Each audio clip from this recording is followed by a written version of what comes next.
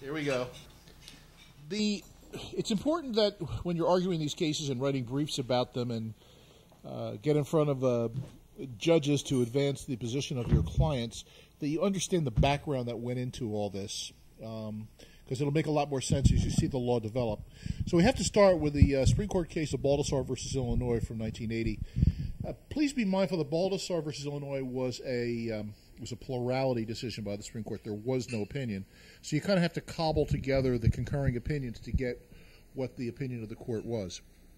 Essentially, the Baldassar versus Illinois case stands for the proposition that an individual who has been previously convicted of an offense for which that person was not represented, where he otherwise would have been entitled to counsel, that offense cannot be utilized to enhance a subsequent conviction for the same type of conduct. All right, that's kind of like the central rule of Laurick itself, but picked up by the United States Supreme Court in this very weak plurality decision, which didn't really kind of express the law that it was strongly. 4 justices. That's about as strong a plurality as you can get. I would say so. The argument was raised in 2 appellate division cases following the publication of Baldassar versus Illinois. One was State versus Sweeney, and the other one was State versus Carey. And you'll see when we get into the Laurick decision that the Supreme Court borrowed heavily from both of these cases in terms of the philosophy and the procedure that they were going to utilize in trying to implement this Baldassar versus Illinois decision in New Jersey. Now, remember, Sweeney, Carey, and the court in Laurick are all looking at this as if it's a matter of constitutional imperative, all right? So let's start off with Sweeney. Johnny. None of the views expressed by the justices precludes using the present defendant's prior convictions to impose enhanced non-custodial penalties for a second driving under the influence conviction. The overriding concern in the several Baldassar opinions was the actual imposition of a custodial term without having had the benefit of counsel at the first conviction. We note also that second offenders cannot receive more than a 90-day prison sentence under New Jersey Statute 39:4-50. Therefore, under the views of the justices in the Baldassar plurality, the present defendants had no constitutional right to counsel in the most recent proceedings below. We find that Baldassar does not apply to the cases we are considering, and that there is no federal constitutional bar to using these defendants' prior convictions, which may or may not have been uncounseled, to impose enhanced custodial, non-custodial, thank you, to impose enhanced non-custodial second offender penalties pursuant to New Jersey Statute 39:4-50. So you can see this is going to be something that's immediately going to be picked up on by the Supreme Court, this distinction between custodial and non-custodial sentences. There is no constitutional right to counsel for people in New Jersey who are charged with petty offenses, meaning something that's 6 months in jail or less. And as a blanket statement, I agree with him. That is the law of our country, with the following exception, that if the defendant is going to be subject to a custodial term, he's entitled to counsel. That's the Argersinger versus Hamlin case. So as a broad statement that under no circumstances are you constitutionally entitled to counsel, that's just incorrect as a matter of law. You're not entitled to counsel unless you're going to be getting a jail term. Put another way, nobody in the United States should be going to jail for any length of time, be it 1 day or 100 years, unless that person's had either an attorney or the person has effectively waived his right to counsel. Okay, that's really the best way of looking at it. Our public defender appointment in municipal court is based upon Rodriguez versus Rosenblatt, which also recognized this no right to counsel. But it's not a matter of constitutional dimension. The Supreme Court of New Jersey did this in its, what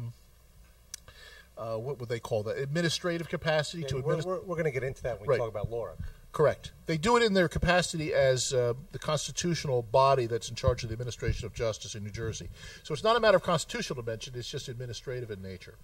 But this is going to, you'll see this playing out in the sense that someone who has been convicted of an offense, all right, criminal offense, some kind, even a petty offense, and the person doesn't waive his right to counsel and then gets a jail sentence, has been subject to an illegal sentence, all right?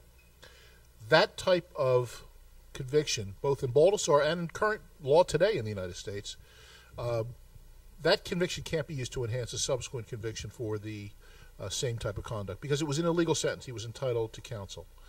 But when you're talking about someone who pled guilty with or without a lawyer to a petty offense and didn't have an attorney, there's no preclusion under the Constitution from giving this person an enhanced sentence the next time because he didn't get a custodial term the first time. Everybody got that? What makes the sentence illegal is he went to jail and didn't have a lawyer and didn't waive his right to counsel. And that's still the law today in our country. But if he didn't have a lawyer, didn't effectively waive his right to counsel, but didn't get a jail sentence, then that conviction is not necessarily unconstitutional for the purpose of enhancing a subsequent conviction. And you can see that right here in this language in Baldessar, picked up by the Appellate Division of State versus Sweeney. Okay.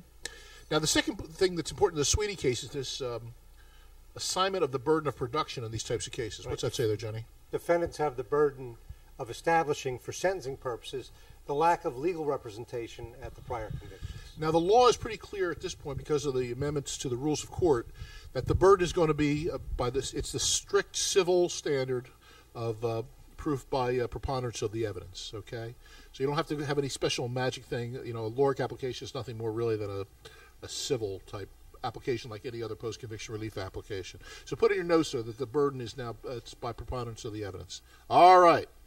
All right, State versus Carey is the next one that came along to discuss this prior to, we should call this prelude to Laurick. Go ahead, Johnny. We conclude that irrespective of federal constitutional compulsion, the policy announced in Rodriguez versus Rosenblatt and adopted by Rule 3:27-2 requires that a defendant may, so long as he sustains his burden of proof, successfully attack an enhanced penalty by showing, A, that he was indigent at the time of his prior New Jersey drunk driving conviction, if that conviction was entered after the date of Rodriguez versus Rosenblatt, and was not told of his right to counsel, or B, that he was not indigent and was not advised, pursuant to Rule 3:27-2, of his right to retain counsel.